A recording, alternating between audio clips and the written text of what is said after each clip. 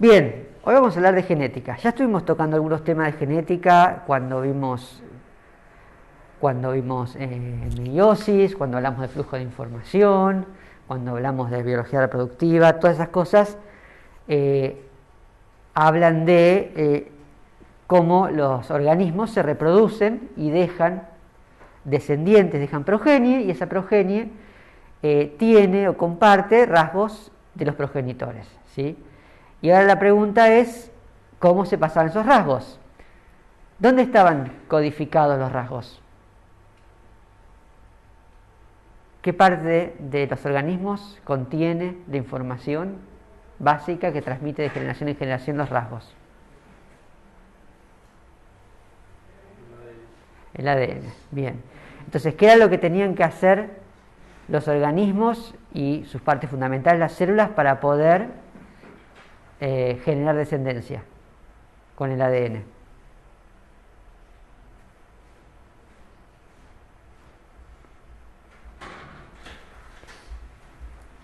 Vamos, arriba.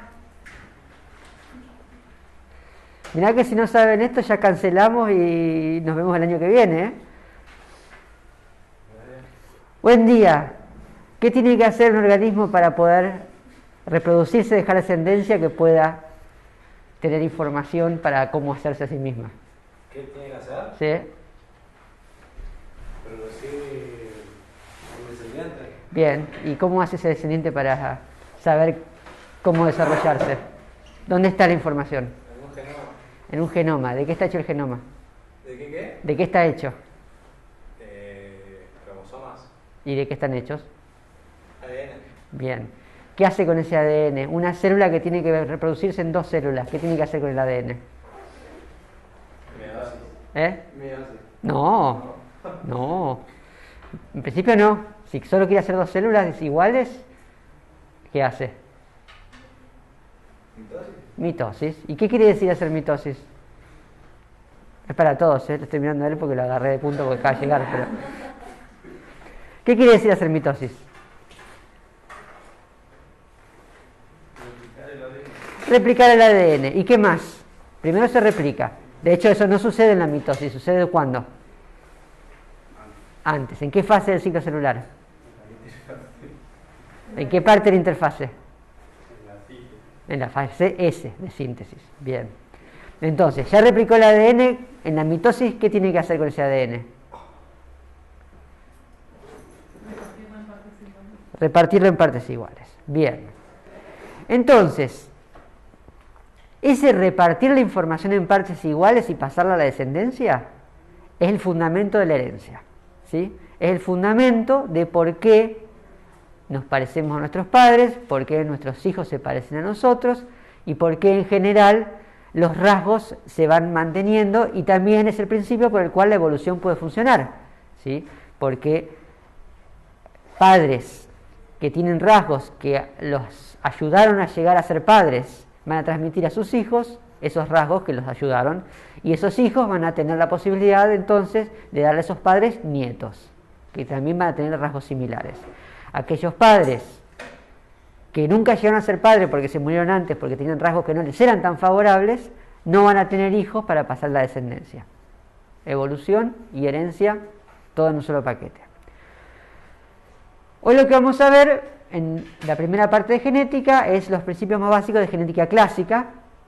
Vamos a repasar un poco lo que fue por muchísimos siglos el misterio de la herencia, o sea, esto que nosotros decimos ahora tan rápidamente, o espero que salga así de rápidamente en un final, no pasaron muchos años hasta que supiéramos cómo funcionaba.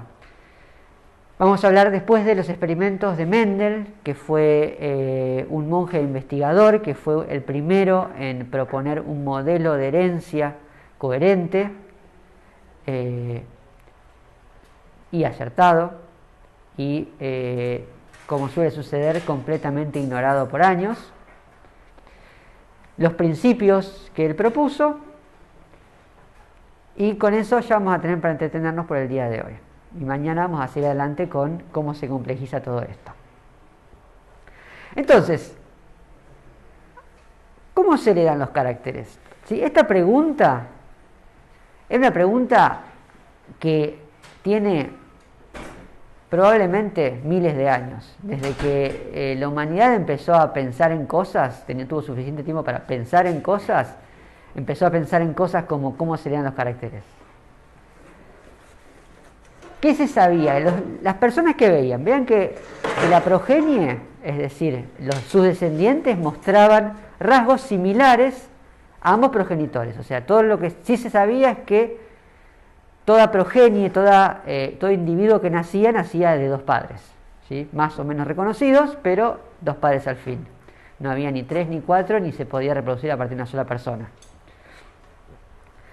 Otra cosa que se veía es que si bien lo común era que los rasgos físicos que se veían en la descendencia generalmente venían directamente de los padres, a veces aparecían rasgos que por ahí no estaban claros en los padres, pero sí en los abuelos, o en un tío, o en algún otro pariente, como que había una especie de salto, no había una cosa continua.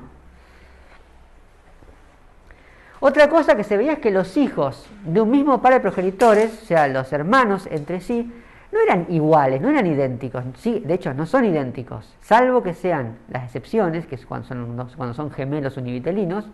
En general, los hermanos se parecen, algunos más, otros menos, pero nunca son idénticos. O sea que no era que siempre aparecía, o sea, había una sola manera de combinar los rasgos de los padres. Y otra cosa es que cada tanto aparecían rasgos nuevos en la familia.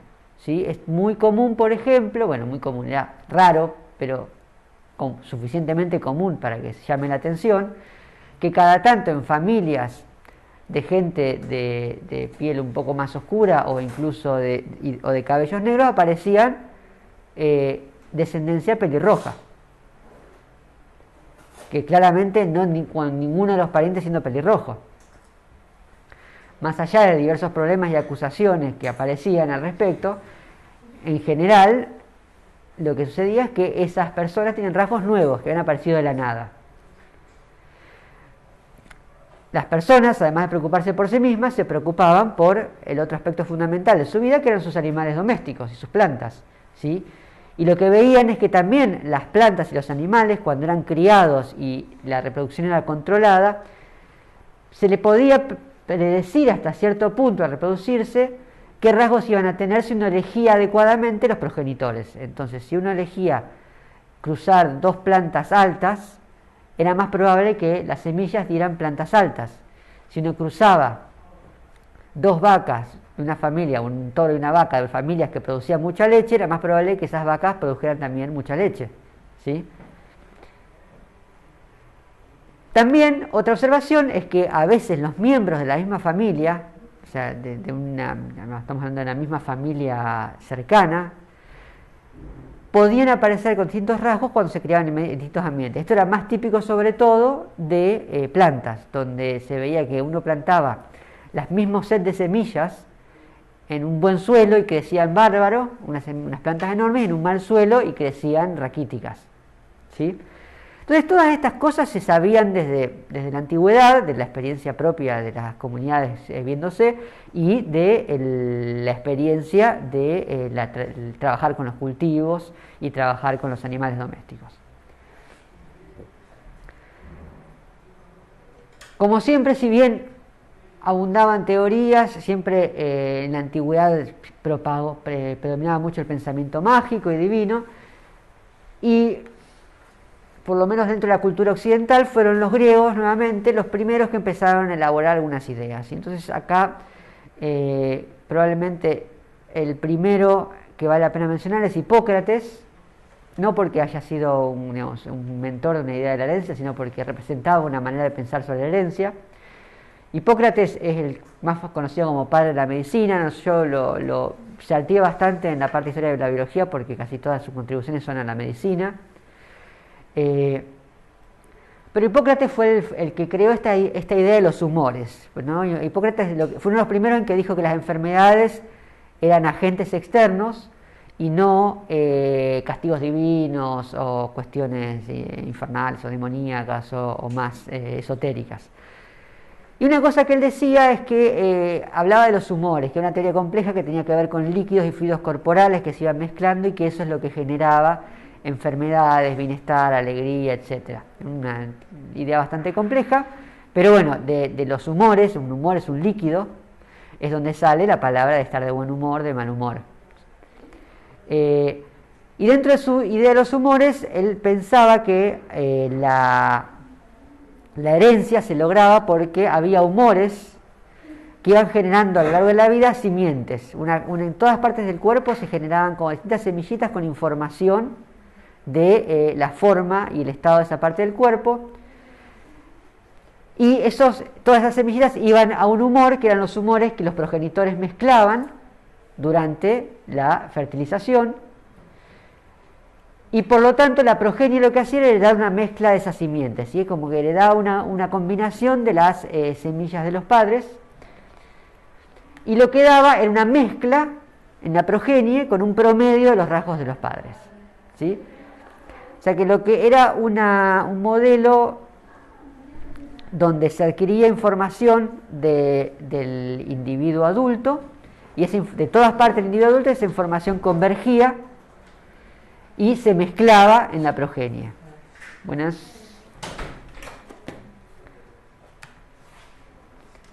Como contrapunto está nuestro viejo amigo Aristóteles, otro padre de la biología, de este hemos hablado en gran cantidad, que como bien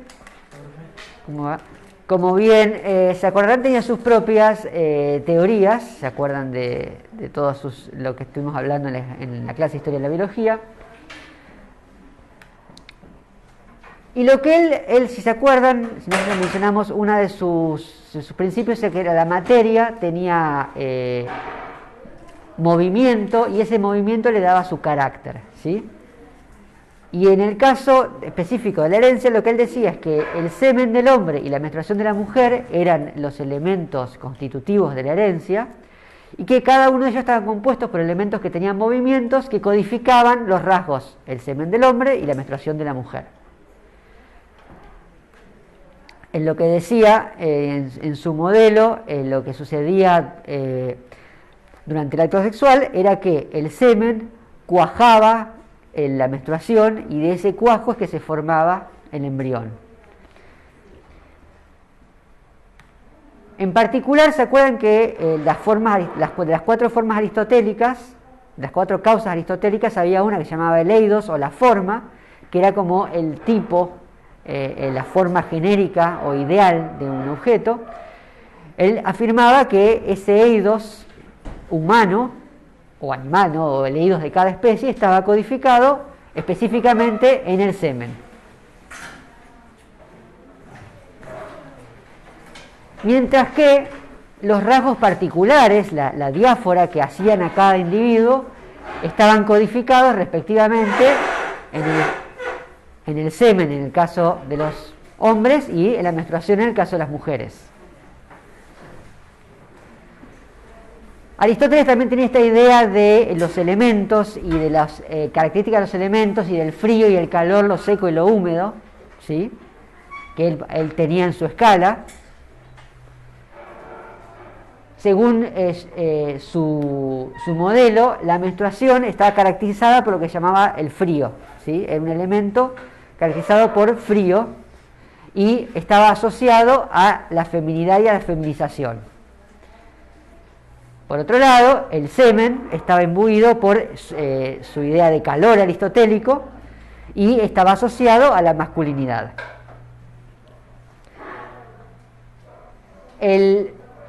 La menstruación, el elemento frío, era más o menos inalterable, ¿sí? Era como se formaba en la mujer, formaba además a través de sus movimientos sus características particulares, pero en general no recibía más influencias del ambiente. En cambio, los factores ambientales, como la edad, la dieta, las condiciones climáticas a lo largo de la vida, sí influenciaban la cantidad de calor que transportaba el semen. ¿Cómo funcionaba la herencia según Aristóteles? Entonces tenemos por un lado un padre y tenemos una madre, el padre va a tener un semen y la madre una menstruación. Este semen tiene un movimiento especial, que es el que codificó en su momento los rasgos del padre, mientras que la menstruación codificó los rasgos de la madre.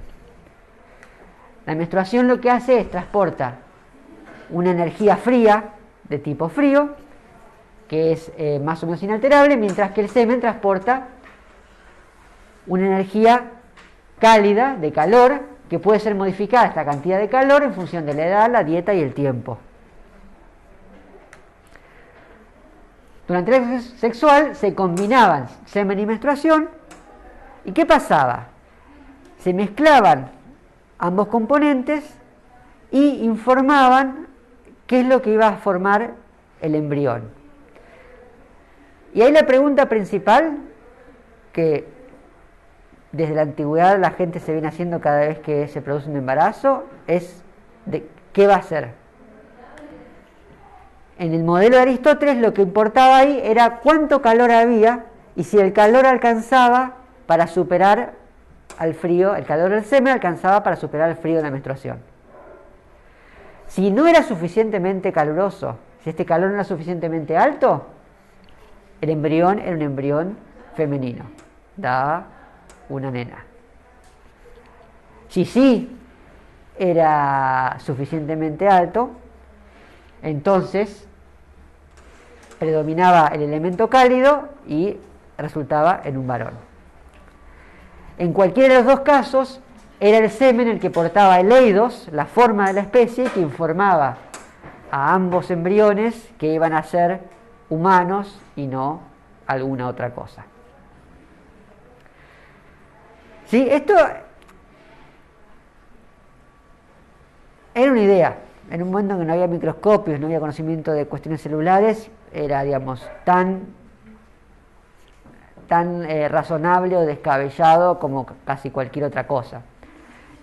Claramente se ve el mismo componente sexista que tenía mucha de la filosofía antigua y que se mantuvo hasta la actualidad. Pero había unos conceptos interesantes que hoy por hoy podemos rescatar. Por ejemplo, esta idea de que el ambiente puede influenciar cosas que parecían tan fijas como el sexo.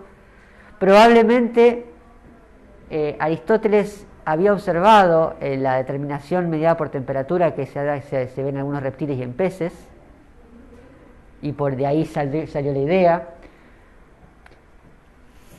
Otra cosa interesante es que tenía un mecanismo de determinación de sexo, proponía, y también había acertado que el sexo masculino es el que determina el sexo del embrión, porque en su modelo, que no es un modelo simétrico, es un modelo asimétrico, porque no contribuyen los dos lo mismo, en su modelo lo que determina si va a ser chica o chico tiene que ver con la cantidad de calor que trae el hombre, mientras que la cantidad de frío de la mujer tiende a ser una constante.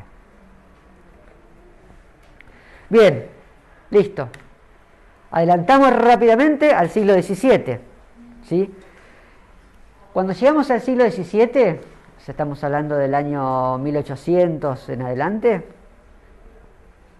perdón, 1600 en adelante, había distintas ideas sobre la herencia que giraban en torno a dos posturas que eran opuestas, ¿sí? Una era la postura epigenetista, que era la postura predominante desde la época de Hipócrates, era la misma idea de Hipócrates, de esta cuestión de que el embrión se forma de modo continuo. Aristóteles también pensaba algo parecido, pero la idea era como que el embrión se iba formando a medida que iban coalesciendo la información colectada de los cuerpos, de esa información que venía de todas partes del cuerpo, ¿sí? Y que los padres van pasando a la progenie los rasgos y las modificaciones que son adquiridas, ¿sí? Es la idea esta de que el embrión es algo que se forma en respuesta a la interacción continua de la información que le van pasando a los padres. La otra postura opuesta decía, no, nada de eso. Y eran los preformistas. Los preformistas asociaban más la idea de la semilla de la planta y decían, no, lo que hay es una semilla que contiene las bases completas del embrión del individuo adulto, que lo único que tiene que hacer es encontrar un lugar apto para desarrollarse, ¿sí? Esta postura se volvió mayoritaria en la segunda mitad del siglo XVII, está asociado al desarrollo de la microscopía, a empezar a ver células y criaturas mucho más pequeñas y a permitir esta idea de que hay cosas que pueden empezar muy pequeñas y desarrollarse hasta tener un tamaño visible a la vista. Plantea que el embrión deriva de un germen preexistente, ¿sí? Y a la hora más de definir cómo funcionaba eso, se dividía en dos grupos, los ovistas y los espermistas. Recordarán que hablamos de estos dos grupos, que eran unos que decían que el embrión estaba en el huevo y que el esperma lo único que hacía era activar el huevo, y otros que decían que no, los espermatozoides eran individuos en miniatura, y el huevo lo único que hacía era ofrecerles un albergue y condiciones adecuadas para su desarrollo. Esta postura a mediados del siglo XVIII, 100 años más tarde, empezó de vuelta como que no terminaba de convencer. Y más o menos a esa altura empezó a ganar preponderancia lo que se llamaba la idea de herencia mezcladora, ¿sí? O sea, a mediados del siglo XVIII empiezan de vuelta las ideas epigenetistas, se recupera, se llega, la reducción al absurdo que se hacía de decir, bueno, si cada embrión está completamente formado, entonces adentro tiene que tener toda su descendencia hasta el infinito, y como la materia no es infinita, en algún momento se va a acabar la humanidad o se van a acabar las especies, y la verdad que no había ninguna evidencia de que eso sucediera. Entonces empezaron a ganar preponderancia de vuelta las ideas epigenetistas, ¿sí? Y el método de herencia que se pensaba que era el más probable era la herencia mezcladora. La herencia mezcladora era un poco lo que decía Hipócrates, que al combinarse las gametas se mezcla el material hereditario, ¿sí? Un poco como lo que hablamos la otra vez, de como si fueran, como cuando mezclamos dos baldes de pintura de distinto color, el color que obtenemos es un promedio de los colores de los dos baldes originales. Y de ese mismo modo la progenie es como un promedio de los progenitores. ¿Y qué pasaba? Así como también a la larga era muy insostenible esta idea, porque uno pensaría, ¿cómo puede? No puede ser, porque entonces a la larga todos seríamos iguales, ¿sí? Del mismo modo que si uno empieza a mezclar baldes de pintura, empezás con un montón de colores distintos, lo vas mezclando a dos, tarde o temprano terminás con un solo color gris amarronado, espantoso, que esté siempre igual y que ya no podés cambiar. Y aparte, si vos una vez que vos mezclas pintura, como en el ejemplo, no podés separarla de nuevo. O sea que siempre vas reduciendo la diversidad. Y lo que se veía todo el tiempo era que no era así. Sin embargo, este modelo de herencia mezcladora funcionaba bastante bien para el desarrollo embrionario, para la cría en animales y plantas, ¿sí? O sea, lo que se veía, los criadores veían que cuando ellos tomaban individuos de rasgos muy distintos, la descendencia era un promedio, ¿sí? Ponían caballos altos y caballos petizos, y el caballo que crecía era un caballo intermedio. Sin embargo, había algunas excepciones.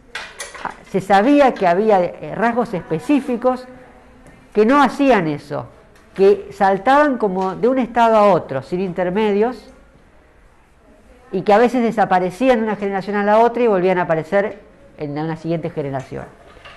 Esos rasgos en realidad eran los menos y por lo tanto eran adecuadamente ignorados, como uno sucede con cosas que dicen que eso es una cosa rara, no le demos bola.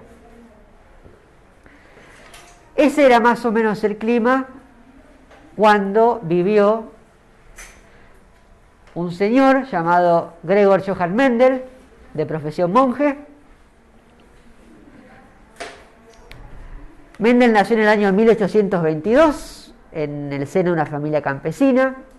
como solía pasar en esa época, la movilidad social era mucho peor que ahora y en general la única alternativa muchas veces que tenían las familias campesinas de darle algún tipo de futuro a sus hijos era impulsarlos por la modo de vida clerical, ¿sí?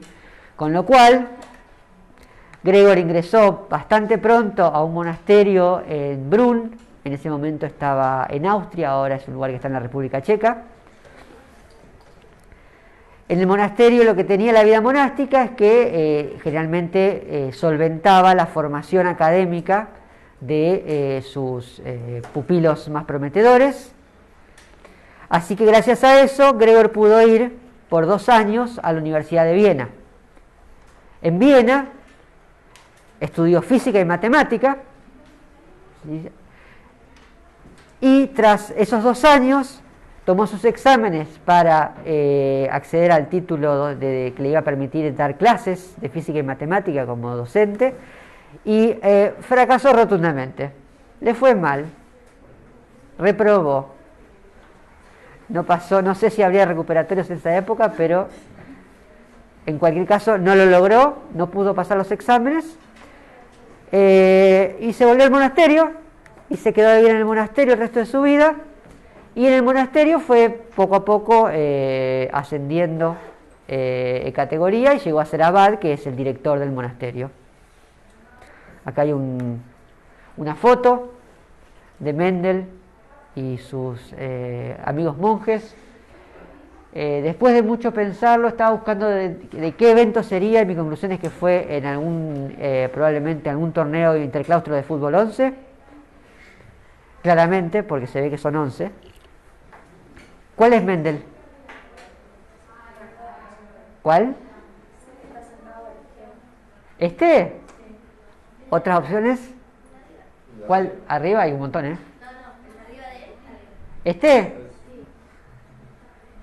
Ay, ¿solo porque tiene esa carita? ¿Alguien? ¿Alguien más? Pongo la otra foto que se veía mejor. ¿Y ahora? Está mirando para el mismo lado. ¿Aquel? ¿Cuál es aquel? El que está de este al lado. Del otro lado. Del derecho. Derecho. Arriba. ¿Este? No. ¿Este? Ese. ¿Cuál? ¿Este? ¿Este o este? ¿Este?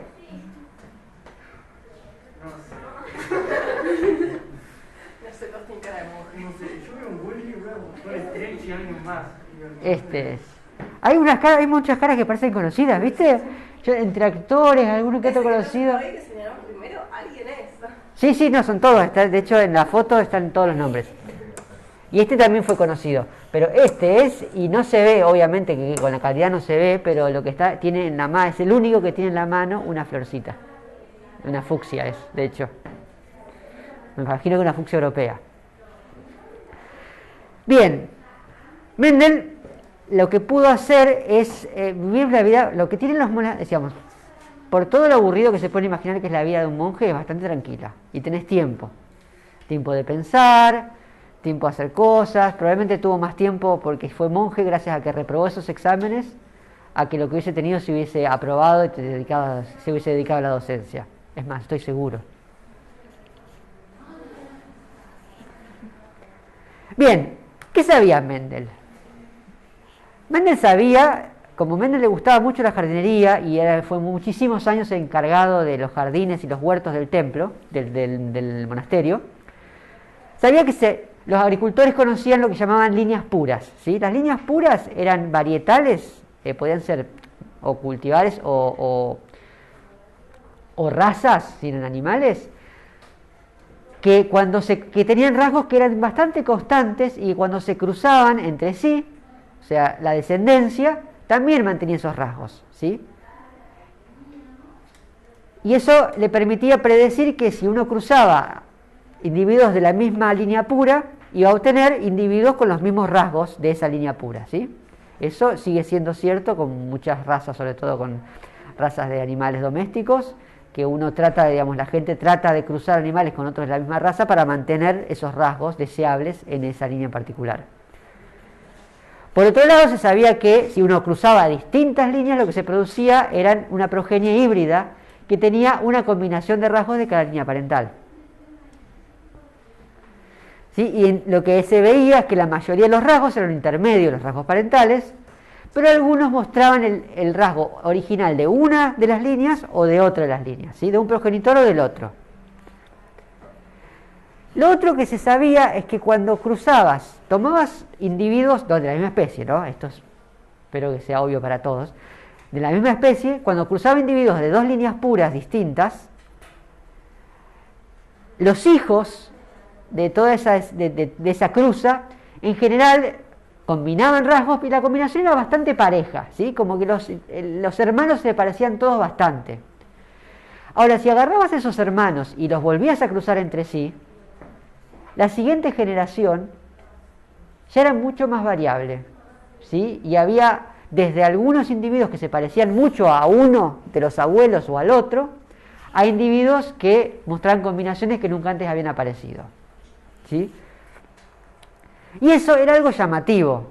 Y era algo llamativo porque eso no condice con esta idea de que yo tengo dos botes de pintura, uno azul, otro amarillo, los mezclo y tengo todo verde y después mezclo verde con verde y de repente me sale azul, amarillo, verde, violeta, naranja, ¿sí? Ahí había algo que no cerraba. Y por eso Mendel dijo, la clave a esta pregunta no está en los rasgos que sí se comportan como si fuera toda una herencia mezcladora y donde lo que surge del promedio, sino en los rasgos, estos rasgos discretos que hacen estas cosas extrañas como saltarse generaciones. Y por eso hizo algo que es fundamental para la investigación en biología y que fue fundamental para todos los grandes avances de la biología, que es elegir un buen modelo de estudio, ¿sí? Cuando uno tiene una pregunta, es fundamental elegir adecuadamente en qué sistema biológico va a investigar esa pregunta. Algo hablamos de esto cuando hablamos de desarrollo embrionario, cuando les hablamos de por qué la mosca de la fruta fue elegida y por qué se eligieron otros modelos, justamente porque son modelos que presentan rasgos que facilitan o exageran la aparición de los fenómenos que uno quiere usar para caracterizar estas preguntas. Mendel eligió hacer sus experimentos con la arveja doméstica, la arveja de que se cultivaba, la misma arveja que viene en latas verdes o congeladas o dentro de sus chauchas, Pisum sativum. Esa fue la arveja que eligió Mendel, la planta, el sistema que eligió Mendel para hacer sus experimentos. ¿Por qué? Por un lado es fácil de cultivar. Todos en algún momento de la vida, y si no, nunca es tarde, hemos hecho un germinador de alguna manera, hemos puesto típicamente un poroto, pero puede ser una arveja que es de la misma familia, y hemos comenzado a cultivar una plantita. Además, en ese momento había ya muchas variedades de líneas puras, ¿sí? Cada una de esas líneas puras con rasgos particulares. Pero otra cosa particular que tenía, que ya eso ya no es tan obvio y que creo que ahí entra una de las genialidades de Mendel, es que particularmente la fertilización en la arveja es fácil de controlar. ¿Por qué? Esta es una planta de arveja, no sé si habían visto alguna vez. De acá va a salir después una chauchita con las arvejitas adentro. La flor de la arveja, acá la ven, digamos, como se ve al natural, y esto sería una especie de esquema con un corte con los pétalos de un costado retirados. Es una flor que es cerrada. Los pétalos encierran el carpelo donde están los órganos fértiles y muchas veces no se abre solo. Y lo que ocurre es que se autopolinizan, ¿sí? Acá están las anteras, acuérdense que acá estaba el polen, que daba el gametofito masculino. Acá está el carpelo que tiene el ovario adentro con el estigma. Entonces, cuando se desarrolla la planta, directamente el polen madura y queda directamente apoyado en el estigma y fertiliza la planta. O sea que la planta normalmente se autofertiliza.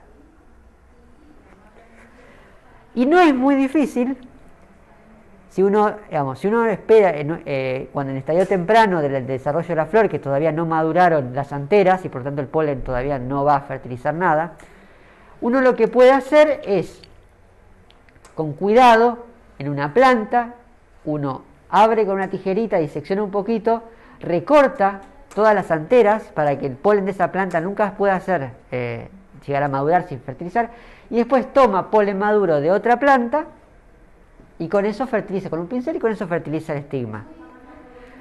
Y eso te permite entonces decir específicamente, sin que medien polinizadores, sin que pase algo que uno no controla, controlar exactamente quiénes son los progenitores de una cruza determinada. ¿Sí? Y esa característica fue la que le sirvió a Mendel para poder controlar muy bien las cruzas experimentales que iba a hacer.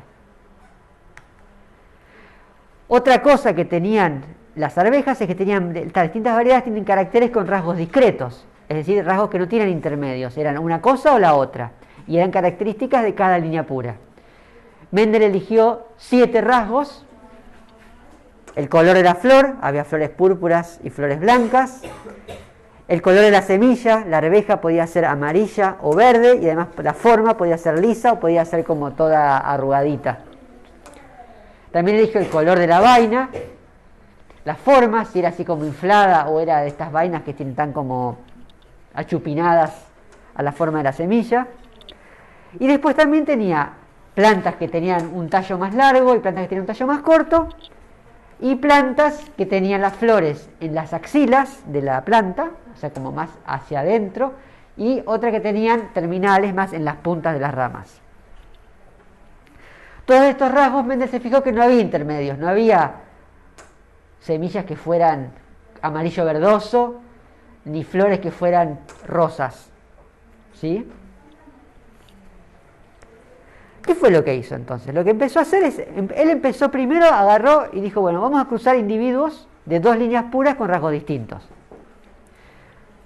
Esta primera parte de la cruza, digamos, el primer grupo de padres de plantas parentales se denomina P, por generación parental. ¿Sí? Ahora va a empezar a venir una lluvia de terminología que es importante que se la acuerden. La generación P es la generación parental. Entonces vamos a ver un ejemplo, por ejemplo, con el color de la flor. Él tomó plantas de una línea pura que tenía flores púrpura y otra línea pura que tenía flores de color blanco, y las cruzó usando ese procedimiento que les mostré. Combinó polen de unos y los apoyó en el estigma de las otras, y viceversa, ¿sí? Para algunas de un lado, para otras del otro. Dejó que la planta, una vez que hizo eso, dejó que madure el fruto, tomó las semillas, plantó las semillas resultantes de esa cruza y vio de qué color eran las flores que salían de cada una de las plantas. Entonces, una cruza se simboliza típicamente con la generación parental, flores púrpuras por flores blancas. La primera generación, los hijos de estas plantas, se llaman primera generación filial y se acorta con F1. ¿Sí? O sea, los hijos son lo que se llama la F1 de los parentales. Y lo que él observó es que el 100%, todos los hijos, tenían flores violetas. ¿Sí? No había ni una sola planta con flores blancas. Hasta acá, uno dice, bueno, sí, lo que pasa es que, pensando en el modelo de herencia mezcladora, y obviamente una flor blanca, que no tiene nada para contribuir, la flor violeta tiene todo para contribuir, quedan todas violetas, ¿no? Entonces, lo que sigue, sin embargo, era, bueno, ok, ¿hasta acá qué pasó? Bueno, aparentemente solo el rasgo de un progenitor se había heredado, y ese rasgo se llamó dominante, ¿sí? El rasgo que perdura en la cruza se lo llamó el rasgo dominante. Y siempre es algo dominante sobre algo. Entonces, este es el caso, es el color violeta es dominante sobre el color blanco. ¿Sí? Bien, hasta ahí estamos. Ahora, dice, ¿qué pasa si agarro de esa generación de plantas de la F1 y las cruzo entre sí? ¿Sí? O sea, ¿qué pasa si yo ahora tomo de la F1, las cruzo entre sí? Planta violeta con planta violeta. ¿Qué va a pasar? Díganme.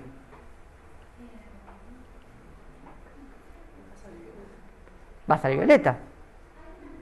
¿Sí? ¿No? Hasta cuando que se sabía hasta ese momento. ¿Por qué? Porque la información de la flor blanca todavía estaría ahí. Aparentemente, sin embargo, hasta acá no ves nada de flor blanca. O sea que en principio, por lo menos con el modelo predominante de la herencia mezcladora, lo más lógico sería pensar que van a salir todas violetas. ¿Sí? Cuando uno cruza individuos de la filial 1, de la F1, los hijos de esos individuos, que son los nietos de la generación P o parental, se llaman F2. ¿Sí? Bueno, cuando hizo el experimento, lo que encontró es que efectivamente la mayoría de las plantas eran violetas, pero una proporción importante eran blancas. Y en general lo que vio es que era más o menos el 75%, o sea, 3 de cada 4 plantas tenían flores violetas, pero 1 de cada 4 tenía flores blancas. O sea que reaparecieron las flores blancas. ¿Sí? Por lo tanto, algo había pasado ahí, ¿no? Y esto es para alguien que, si uno viene de un punto de vista, de una filosofía, de un enfoque de herencia de mezcla, acá hay que explicar algunas cosas. ¿Sí? Bueno, Mendel se sentó a tratar de lidiar con esto. ¿Qué había encontrado? Que el color blanco de las flores necesariamente se tenía que haber heredado, ¿sí? O sea, para que pueda haber blanco en los nietos, la F1, para que pueda haber color blanco en la F2, necesariamente eso tiene que haber pasado por la F1. O sea, los rasgos no podían desaparecer, digamos, no transmitirse y después de la nada aparecer de nuevo. Pero evidentemente, la información para hacer color blanco se había transmitido a la F1, pero no se estaba expresando. Eso es un comportamiento que se llama recesivo, ¿sí? El color blanco es recesivo frente al color violeta. Mendel no solo miraba el color de las flores, acuérdense que eran 7 cosas más. Cuando el mismo experimento, las mismas conteos, con los otros rasgos, le daban siempre la misma proporción de 3:1. ¿Sí? Acá están los números, variaba por supuesto, no era exacto, pero en general las cuentas le daban siempre 3:1. Esto que Mendel hizo no se hacía en biología, cuantificar. Mendel se dio cuenta que acá había una regularidad que era estadísticamente significativa, ¿sí? que era que si bien no daban exactamente 3:1, eran muy parecidos a 3:1 y que probablemente esa diferencia con el 3 era una diferencia aleatoria. Y en ese sentido fue uno de los primeros en aplicar un marco matemático, en aplicar la matemática para cuantificar experimentos en biología. Y en eso también fue un pionero. Y lo que hizo él es, como él había estudiado física y matemática, eso le permitió tener los conocimientos necesarios para aplicar un marco matemático y para pensar en los términos abstractos que usa la física. Él propuso lo siguiente. Él dijo, los caracteres, el color de la flor, el alto de la planta, la posición de las flores, estos caracteres están determinados por factores hereditarios, ¿sí? Los llamó unos factores, no sabía qué eran, factores, algo, coso, no sabe bien la naturaleza, pero había unos factores que vienen de a pares, ¿sí? Cada individuo carga 2 de esos factores y se comportan como partículas discretas. ¿Qué quiere decir eso? Que no se fusionan esos factores. Van juntos, pero se pueden separar. Y de hecho, cuando se forman las células reproductivas, el polen y el óvulo de las plantas, esos factores se segregan, ¿sí? Se separan. Va cada uno para un lado distinto. Y la progenie, cada individuo, cada hijo va a heredar una de esas partículas de cada uno de los padres. ¿Sí? ¿Y eso qué quiere decir? Eso quiere decir que cada individuo entonces va a tener dos partículas, una de cada padre, y esas partículas ya vimos que traen variantes. Algunas partículas codifican, las partículas del factor que codifica para el color de las flores puede venir en la variante blanca o en la variante violeta. El color de las semillas viene en la variante amarilla y la variante verde, ¿sí?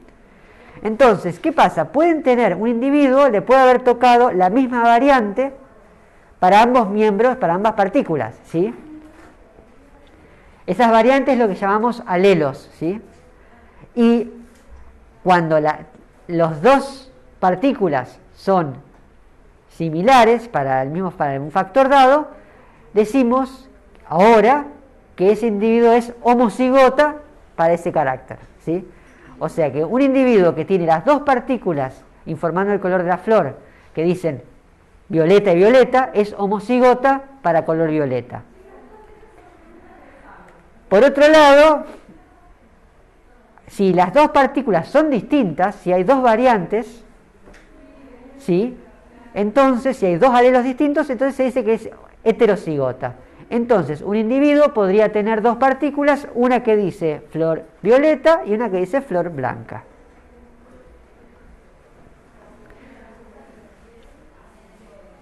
¿Se entiende hasta ahí cuál era la idea de lo que Mendel decía? Bien. Ahora veamos cómo explica esto. O sea, este es un modelo. Y este modelo tiene que poder explicar las observaciones que Mendel había hecho.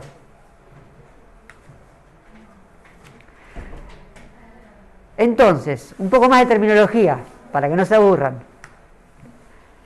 El carácter, cuando se está expresando lo que uno ve en la planta, lo que aparece en la planta, como por ejemplo el color de la flor, es el fenotipo de la flor, ¿sí?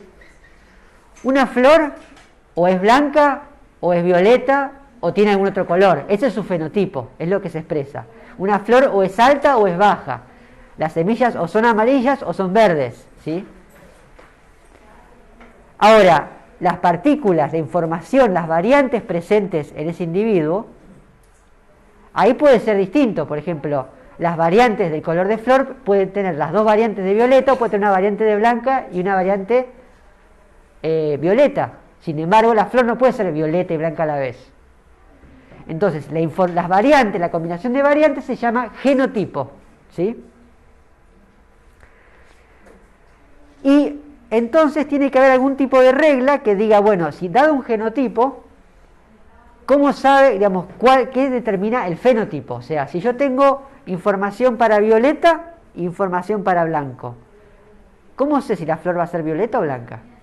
Bueno, cuando los individuos son homocigotas, es decir, que solo tienen una sola variante, ya está, el fenotipo va a corresponder a la única variante presente. Fin de la historia. ¿Sí? Entonces los individuos homocigotas, que tienen la misma variante, el fenotipo va a resultar de la única variante alélica presente. O sea que si es violeta, violeta, la flor va a ser violeta, si es blanco, blanco, va a ser blanca. Ahora, en los individuos heterocigotas, es decir, que tienen dos variantes, el fenotipo va a depender de cuál variante alélica es dominante y cuál es recesiva. ¿Sí? Y a la hora de describir esto, se utiliza la convención que se utiliza en genética básica, en clásica, digamos, la que vemos ahora, es que el alelo dominante se escribe, la presencia del alelo dominante se escribe con una única letra mayúscula, ¿sí? Por ejemplo, la D mayúscula. Y el alelo recesivo se escribe como el dominante con la misma letra, pero en minúscula, ¿sí? Entonces, D chiquita, D minúscula. Y el genotipo se escribe como un par de alelos, o sea, dos letras. Un genotipo, los genotipos homocigotas, entonces serían, por ejemplo, de mayúscula o de minúscula, ¿sí? Son homocigotas. ¿Y el heterocigota cómo sería? En este mismo ejemplo. ¿Cómo? Heterocigota. Mayúscula, minúscula. Tal cual. Bien. Usando esta nomenclatura, vamos a aplicarla a las observaciones de la cruza que había hecho Mendel, ¿sí? Tenemos entonces, otro dato es que las líneas puras, por definición, son homocigotas, ¿sí? O sea que partimos sabiendo que esto, ¿qué genotipo va a ser? Pongámosle un nombre, vamos por el color de la flor, la F, vamos a usar F como letra. Vimos que este tiene que ser dominante, ¿sí? Entonces, ¿este cómo va a ser? El genotipo. F mayúscula, ¿y qué más? Son dos. F mayúscula. ¿Y este? F minúscula. Bien. Entonces, F minúscula, F minúscula. Bien, lo que él decía es, este padre tiene estos dos factores, ¿sí? Las dos son iguales. Cuando forma sus gametas, cuando forma el polen, o el óvulo, dependiendo de cuál sea el padre y cuál sea la madre, lo que va a hacer es, eso se va a segregar, ¿sí? Y va a formar gametas. Ahora, como solo tiene una variante, todas las opciones son iguales, ¿sí? Lo único que va a pasar es una gameta que tiene una F mayúscula. Este otro le va a pasar lo mismo, lo único que puede pasar son gametas con F minúscula. Cuando se fusiona una gameta F mayúscula con una F minúscula, ¿el individuo que resulta es homocigota o heterocigota? Es heterocigota, va a ser como F mayúscula, F minúscula. O sea que tiene que ser así, no queda otra. O sea que este tiene que ser así. Como sabemos que esto tiene que ser así y vemos que todas las flores son violetas, sí o sí, esto nos dice que el color violeta domina al color blanco y que el color blanco es recesivo ante el color violeta. Bien, ahora, ¿cómo llegamos acá? ¿Y cómo llegamos a estas proporciones? Bueno, cruzamos esta generación. Esta generación son todos iguales, ¿sí? Son todos heterocigotas. F mayúscula, F minúscula. ¿Qué gametas pueden formar? Ahora puede segregar o la F mayúscula o la F minúscula, ¿sí? Y cada una de estas plantas va a poder generar una de estas. O sea que cada una de estas se puede combinar con otra de estas. O sea que se puede combinar una F mayúscula con otra F mayúscula o con una F minúscula y la F minúscula lo mismo. Entonces, una manera más fácil de acomodar esa información es usar lo que se llama un diagrama de Punnett. Un diagrama de Punnett es simplemente una grilla, eso es una grilla romboidal, donde uno pone de un lado las opciones de un progenitor, acá van a venir si le tocó el F mayúscula y si tocó el F minúscula, y del otro progenitor, lo mismo. Entonces lo que hacemos es recorremos en este sentido. Entonces, este va a heredar F de un padre, F mayúscula y F mayúscula. Entonces su genotipo va a ser F mayúscula, F mayúscula. Este va a heredar la F minúscula de un padre y la F mayúscula del otro. Va a ser F mayúscula, F minúscula. Lo mismo pasa con este. Y finalmente, este de acá va a ser F minúscula, ¿sí?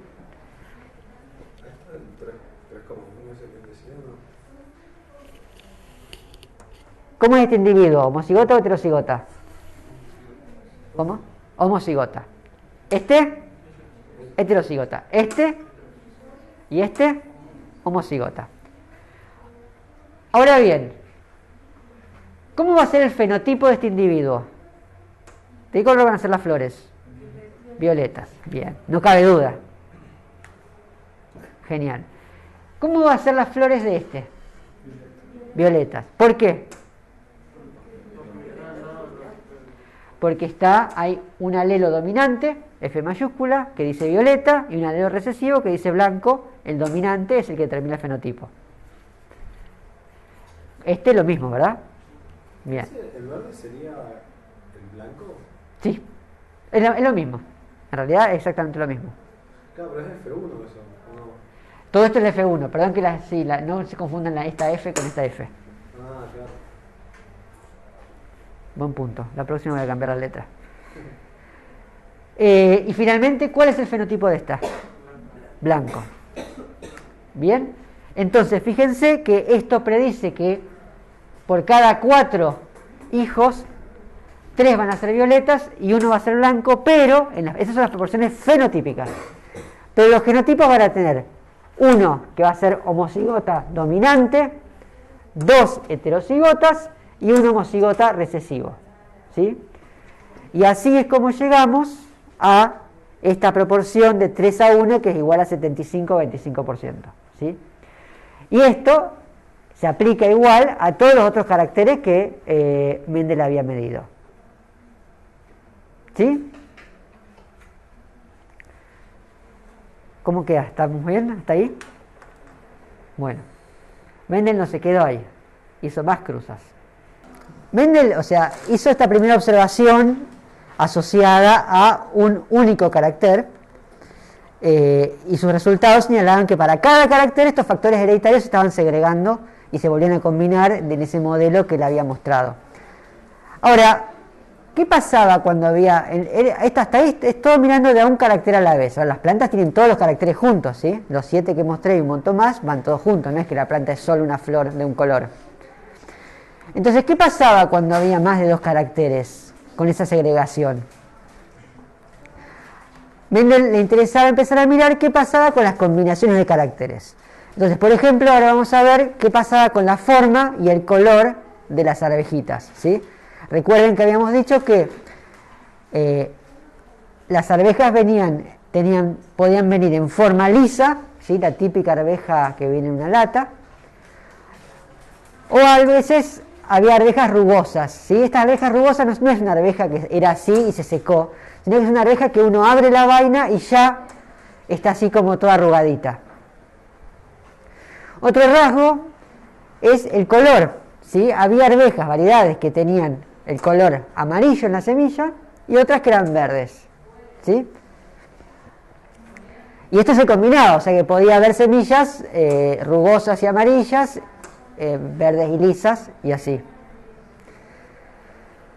Entonces, él lo que hizo fue tomó plantas de 2 líneas puras. Una línea pura tenía semillas que eran amarillas lisas y las otras eran verdes rugosas, ¿sí?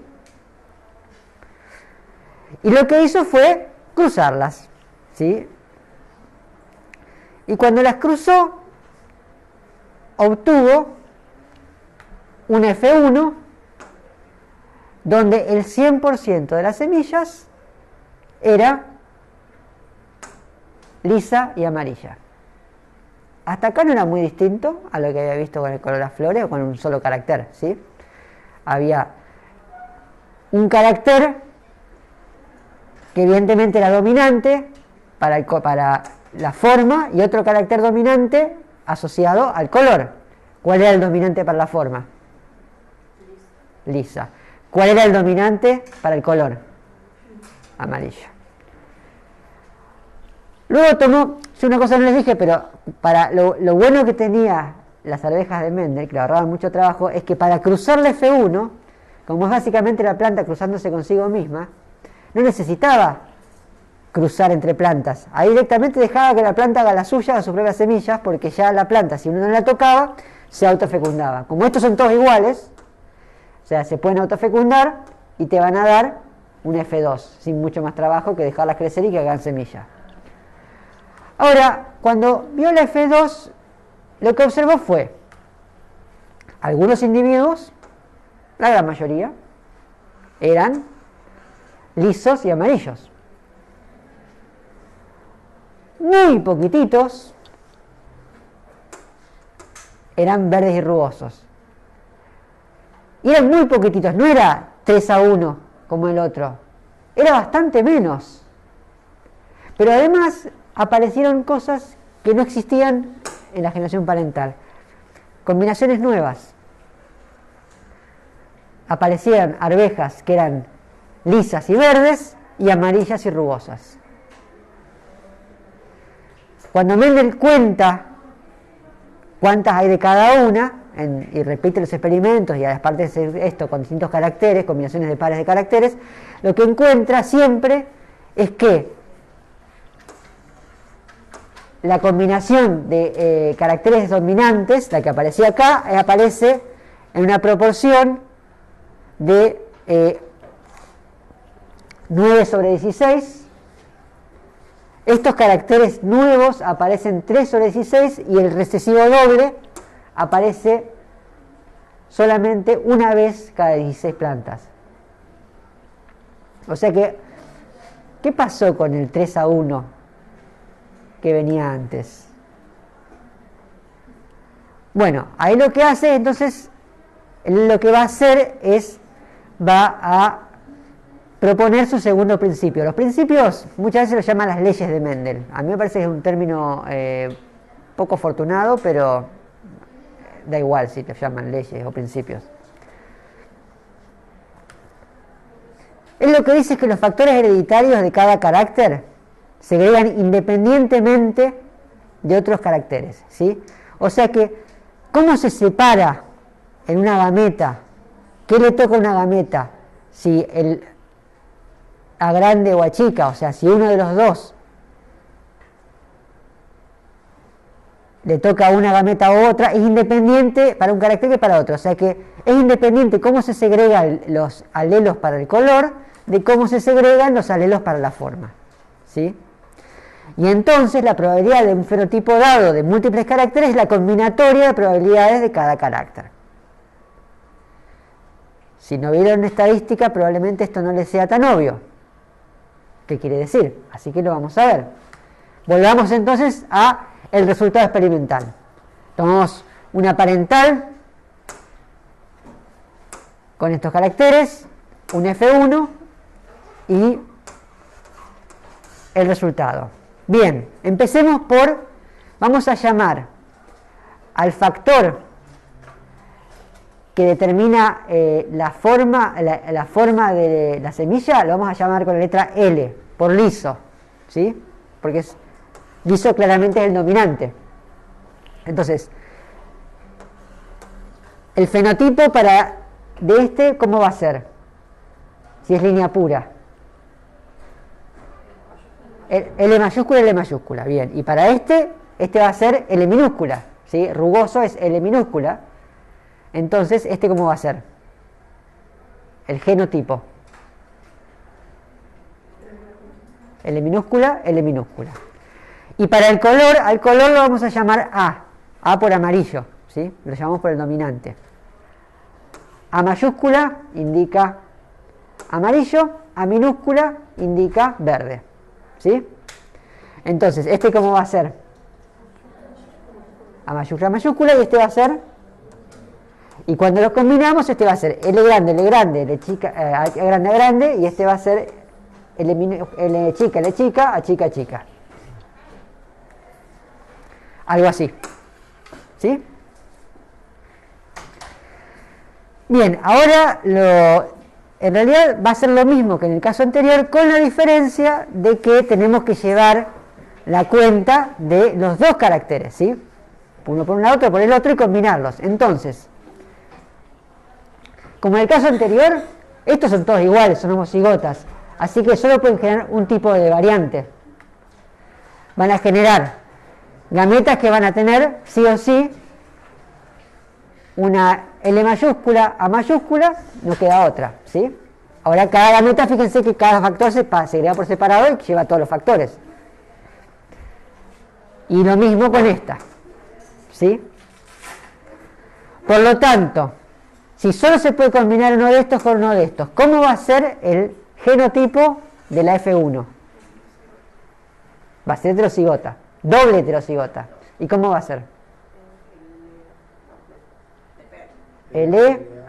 No, depende, es fijo. Depende únicamente, no puede cambiar el orden. Generalmente se ponen juntos, o sea que lo vamos a escribir como L grande, L chica, A grande, A chica.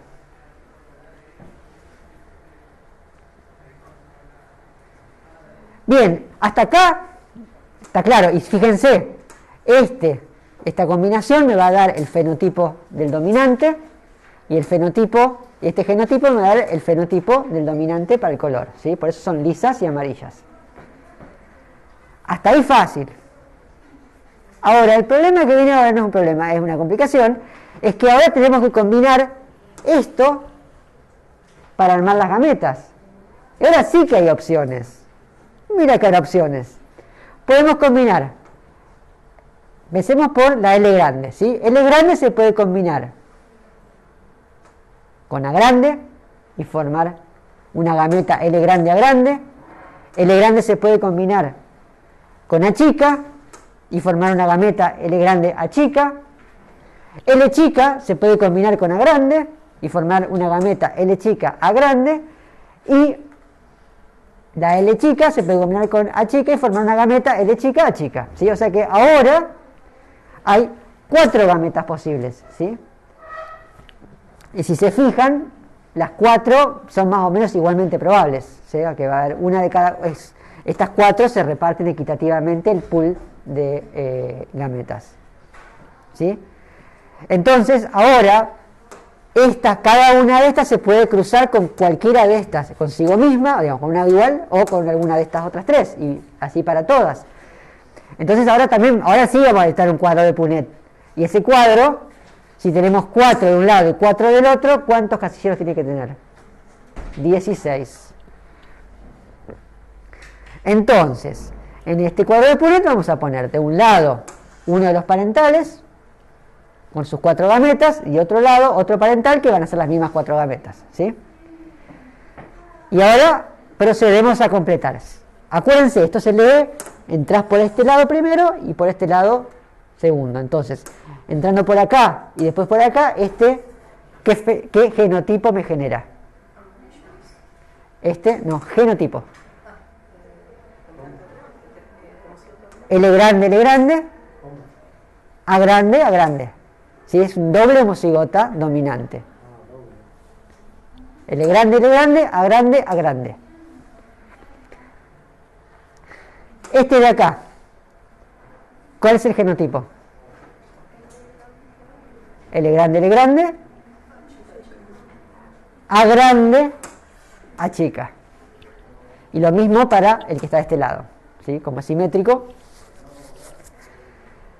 Este de acá, este cuadrado de acá. L grande, L chica, A grande. Siempre ponemos, si hay un heterocigota, le ponemos el dominante a la izquierda, por convención. Y ven acá. Este de acá. L grande, A chica. Fantástico. Sigamos. Este de acá.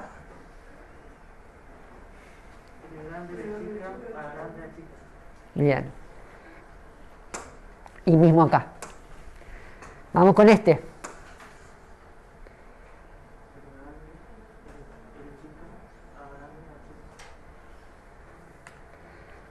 Perfecto. Vamos con... ¿Cuál me queda? Este.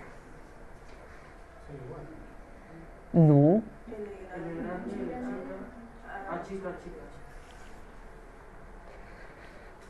Bien, vamos con este, que es L chica, A grande. Vamos con este. Bien. Y finalmente con este de acá abajo, ¿qué queda? Bien, este es el doble homocigota recesivo. Fíjense, un homocigota doble dominante, un homocigota doble recesivo, y después tenemos una combinación donde algunos son homocigotas para un carácter o para el otro, o son heterocigotas para ambos caracteres. ¿Bien? Entonces, ahora vamos a ver los fenotipos. Fenotipo de este, amarillo liso. Fenotipo de este, amarillo liso. Y el de este también. Fenotipo de este, amarillo liso. Fenotipo de este. ¿Cómo? Liso y verde. Amarillo y verde no se puede. Bien. Fenotipo de estos de las puntitas. Amarillo liso. Fenotipo de este. Amarillo liso. Fenotipo de estos.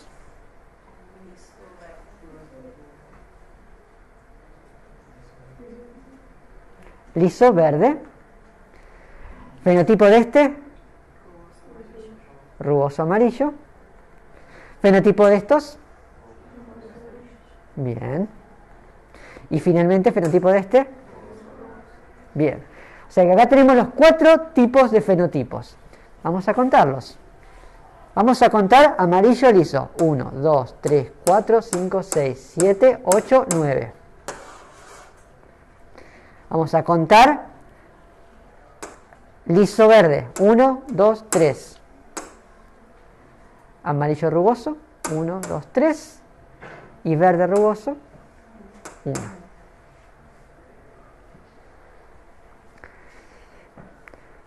Podrían hacerlo con 3 caracteres. Se podría hacer con 4 caracteres. ¿Sí? Y así. No lo vamos a hacer. Ya me tomó bastante tiempo preparar ese. Bien. ¿Sí? ¿Se entiende? Este es el principio de lo que se llama de segregación independiente, que se separan por separado. Esto funciona así, solo así porque esto, cómo se separan estos es independiente y se puede hacer la combinatoria. ¿Sí? Mañana vamos a ver que esto no siempre pasa. Cuando los caracteres en una cruza cumplen con estas proporciones, esto se llama herencia mendeliana. ¿Sí? Cuando hay herencia mendeliana, quiere decir que de estos caracteres se están heredando siguiendo estos principios. Hay muchos experimentos donde se trata de calcular cuántos caracteres hay y cómo funciona en función de las proporciones mendelianas. Y a veces esas proporciones no se cumplen del todo. Y eso, como vamos a ver mañana, es bastante interesante y resultó muy informativo. Bien, esto es lo que vio Mendel en la segunda mitad del siglo XIX. Mendel hizo 2 publicaciones, una fue la que escribió este trabajo, que fueron total y absolutamente ignoradas. ¿Sí? Porque Mendel, estando en un monasterio, no estaba muy conectado a la comunidad científica de la época, que estaba en otra, y su trabajo fue a dormir el sueño de los justos. Mendel se murió tranquilo, porque tampoco era que se le iba la carrera en si le leían el trabajo o no. Y a principios del siglo XX, independientemente, 3 grupos de investigación que estaban trabajando también en líneas de la herencia, ya pensando en células, en cromosomas, en tratar de escular qué era todo eso, que se acuerdan que un poco lo vimos en la clase sobre historia, redescubren independientemente el trabajo de Mendel y se dan cuenta que calza perfecto con sus propias observaciones. ¿Sí? Bien. Ahora, ¿por qué esto es así? ¿A qué les suena de algo que hayamos visto en clase todo esto de los factores mendelianos? Porque hasta ahora es todo muy abstracto, ¿sí? Caracteres, factores, cosas, partículas. ¿Qué es todo esto? ¿Qué está pasando? Los cromosomas. ¿Y qué hay en los cromosomas? ADN. ¿Y qué contiene el ADN? Información. ¿Información para qué? Para expresar genes. Tiene genes que expresan. ¿Y qué es lo que expresan? ¿Qué codifica el ADN en general? Proteínas. Bien. La gran pregunta, y es una pregunta que en cierto modo persiste un poquito todavía, es: Mendel veía caracteres, ¿sí? Veía colores, formas de crecimiento, disposiciones en el tallo. ¿Cómo se conectan los caracteres con las proteínas y en último caso, en última instancia, el ADN? La base, la adenina, todo eso se va combinando. Eso, la adenina lo que te genera es, te determina digamos, la secuencia de bases del ADN, te va a determinar la secuencia de aminoácidos de una proteína. Eso va a determinar la forma de la proteína y va a determinar funciones de la proteína, ¿sí? Ahora, ¿qué proceso que vimos en bastante detalle y totalmente insuficiente para poder entenderlo, biológico tiene lugar que lleva del ADN y las proteínas a los individuos y sus rasgos y caracteres? La transcripción y traducción. Eso es lo que hacen las proteínas. Pero a partir de ahí, ¿qué proceso construye los organismos?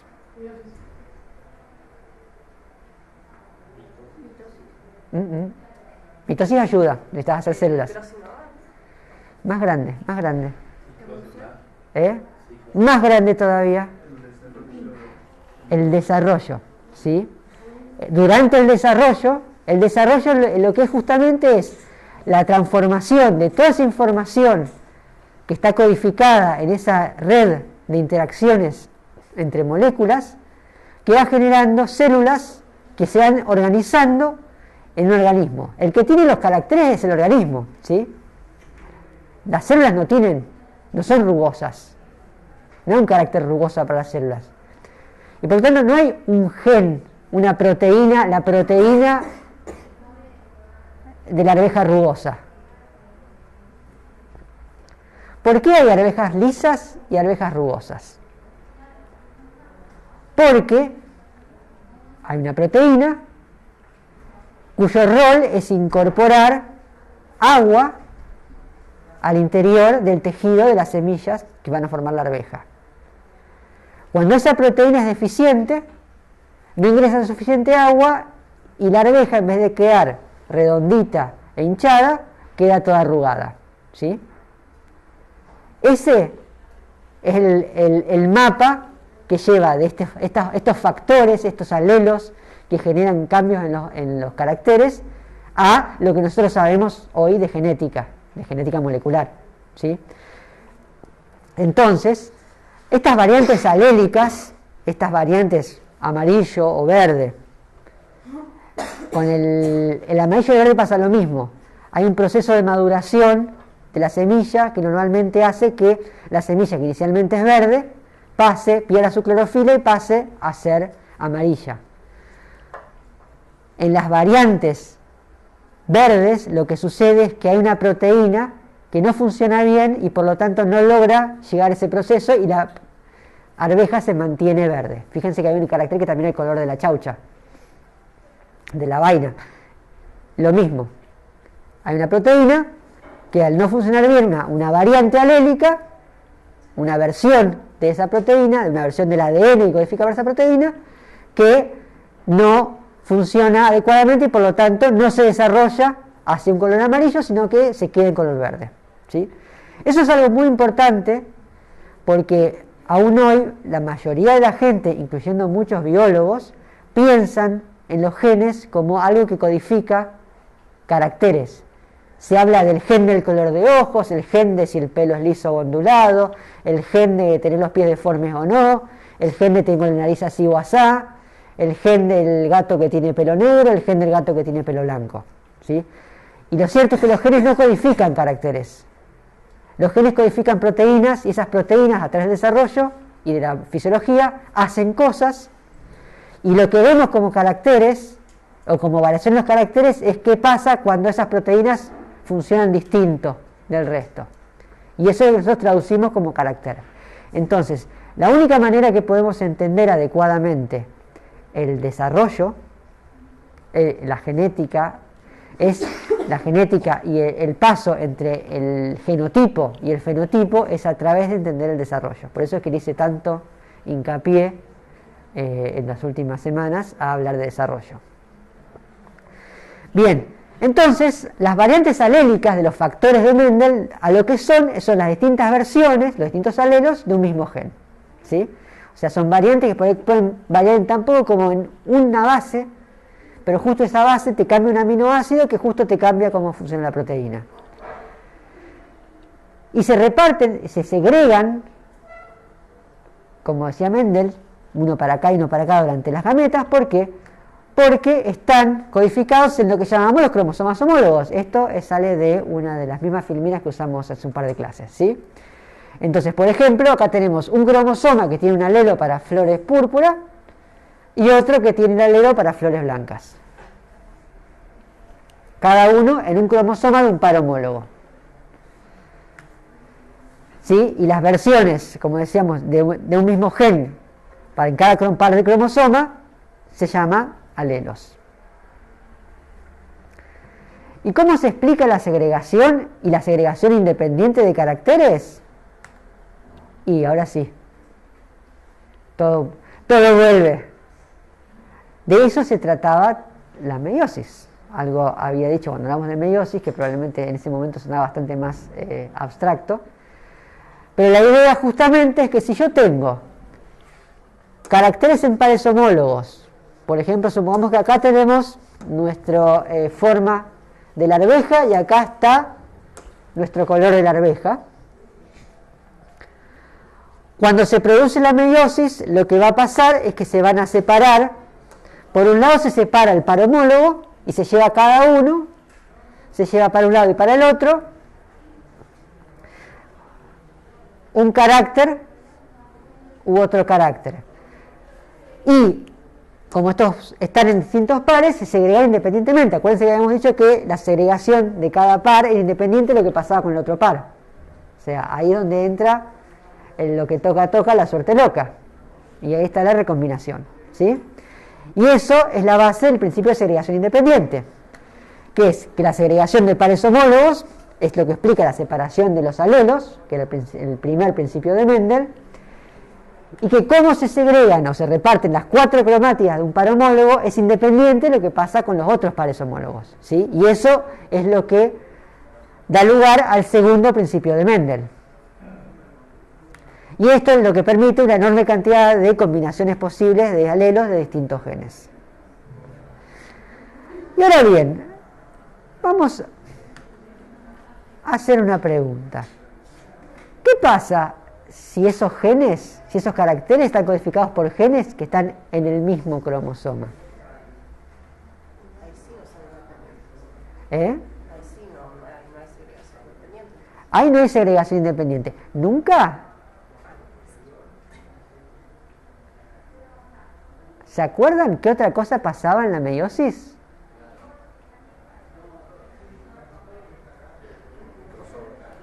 Crossing over. ¿Qué era el crossing over? Se intercambiaba un pedacito, ¿sí? O sea que si vos estabas en el mismo cromosoma, ¿sí?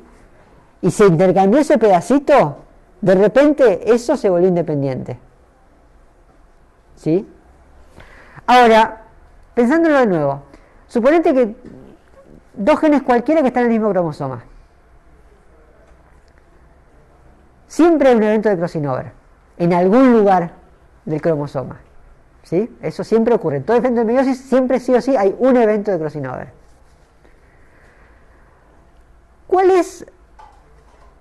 ¿Qué va a ser más probable?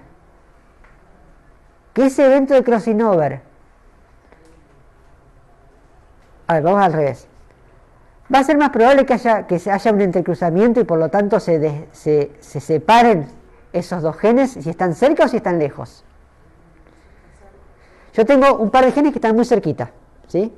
Y tengo otro par de genes que están bastante alejados del cromosoma. Yo sé que el crossing over va a caer en algún lugar a lo largo de este cromosoma. ¿Qué es más probable? ¿Que ese crossing over caiga entre los 2 que están cerca o entre los 2 que están lejos?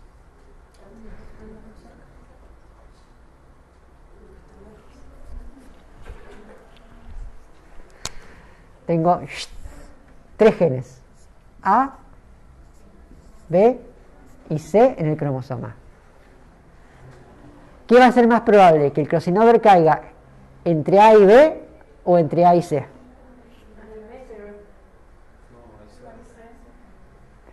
Fíjense, ¿dónde tengo un área más amplia? entre A y C, ¿sí? O sea, sí, puede caer acá, pero también puede caer acá. O sea que hay más probabilidades en conjunto de que caiga hasta acá. Imagínate que tengo, por ejemplo, un D acá bien pegadito. ¿Cuál es la probabilidad de que justo caiga un crossing over acá en este sector? Chiquita, ¿sí? Bueno, y esto te estoy introduciendo un poco lo que vamos a ver en la clase que viene, que es lo siguiente. Cuando hay dos genes que están en el mismo cromosoma, si yo hago una cruza, como la que hicimos para ver el segundo principio de Mendel, mirando los caracteres de estos dos genes, ¿yo voy a encontrar esa proporción 9:3:1? ¿Cómo se van a comportar esos caracteres? Van a ir juntos. Si van juntos, lo más probable es que yo encuentre algo más cerca a que estén siempre ligados, o sea que, por ejemplo, ponerle que están ligados color y forma, ¿sí? Entonces va a ver que casi siempre son o lisas y amarillas o verdes y rugosas, ¿sí? Sin nada en el medio. Entonces yo voy a cruzar y voy a ver 3:1. Incluso puede que piense que en realidad es un solo carácter, no dos caracteres, ¿sí? Cuando eso ocurre, y eso ocurre, se dice que los caracteres están ligados, ¿sí? Cuando se empezaron a estudiar y que la herencia, por lo tanto, no cumple esa proporción de 9:3:1 de Mendel. Y eso se llama ligamiento, y cuando pasa eso es un ejemplo de lo que llaman herencia no mendeliana, ¿sí? En gran instancia, que es algo que no cumple con los principios de Mendel. ¿Por qué no? Bueno, porque en este caso están en el mismo cromosoma. Cada tanto, sin embargo, aparecen esos intermedios, ¿sí? No en la proporción 9:3:1, pero cada tanto aparecen, poquitos. ¿Eso por qué pasa? Porque justo ahí cayó un crossing over, ¿sí? En algunas de las plantas justo cayó un crossing over, se pasó la descendencia, se desligaron esos dos y por eso puedo ver combinaciones nuevas. Bien. Si en vez de estar pegaditos estuvieran, por ejemplo, como B y D, o B y C, esos inhibidores nuevos, esos en los que hubo crossing over, se llaman recombinantes. La frecuencia de los recombinantes va a ser más alta o más baja si están más alejados los genes. Más alta, ¿sí? Y si están muy alejados va a ser todavía más alta. Bueno, ese principio, esa idea de que si están cerca en el cromosoma los genes, la recombinación va a ser muy baja, y si están lejos, la recombinación va a ser más alta, es lo que se empezó a usar, sobre todo en Drosophila, para empezar a mapear dónde estaban los genes, ¿sí? Se hacían cruzas, se contaban cuán alejados o no estaban los genes de las proporciones mendelianas, si estaban ligados o no, y cuántos recombinantes había. Y en función de eso se iba calculando cuán separados estaban relativamente los cromosomas, los genes en un cromosoma. Y así es como se empezaron a hacer lo que llaman los primeros mapas de cromosomas. Antes de que pudiéramos secuenciar, antes de que supiéramos que el ADN era donde estaba todo el matete de la cuestión, ya se estaban mapeando genes en los cromosomas. Y de eso vamos a hablar mañana. Bueno, llegados hasta acá, ¿alguna pregunta?